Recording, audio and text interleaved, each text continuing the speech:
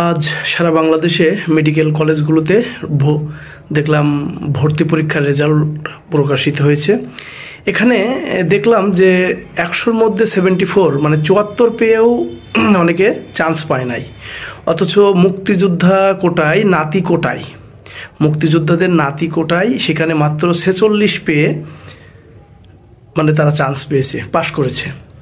তো আমার প্রশ্নটা হলো যে এই যে 24-এর গণ অভ্যুত্থান হলো যে কোটার বিরুদ্ধে, এবং প্রায় 2000 মানুষ, এখানে 2000 বলা যায় নিরীহ ছাত্র জনতা, বেশিরভাগই এই ছাত্রছাত্রীরাই যারা কোটার বিরুদ্ধে আন্দোলন করেছে, তাদের জীবনকে উৎসর্গ করেছে। তাহলে কিভাবে আবার এই নাতি কোটা আসলো? মানে কোন যুক্তিতে, মানে কোন অসভ্য দেশে আমরা বাস করি যে কর্তৃপক্ষ এই ধরনের সিদ্ধান্ত এখন নিচ্ছে যে এখনও নাতি কোটা বহাল আছে? মানে সব কিছু তো আর নিয়ম অনুযায়ী হয় না। এই এত বড় একটা বিপ্লবের পরেও কেন এই কোটা বহাল আছে?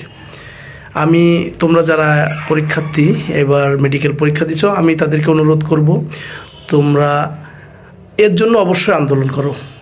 কারণ এখন এমন একটা সরকার আছে, হয়তো বা তারা জানে কি না এই বিষয়টাই আমি জানি না। আন্দোলন করলে আমি মনে করি তোমরা সুফল পাবা। এই রেজাল্ট বাতিলের জন্য অবশ্যই আন্দোলন করা উচিত।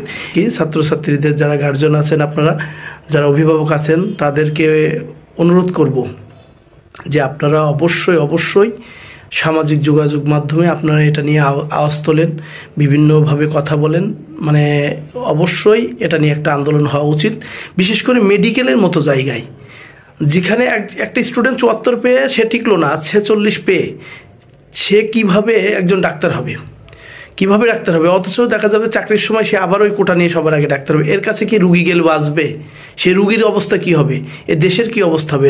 মেডিকেলের মতো কিছু জায়গায় সেন্সিটিভ জায়গা, এমন জায়গায় মেডিকেল, তারপর ইঞ্জিনিয়ারিং, এই সকল জায়গায় কখনোই কোটা থাকা উচিত না।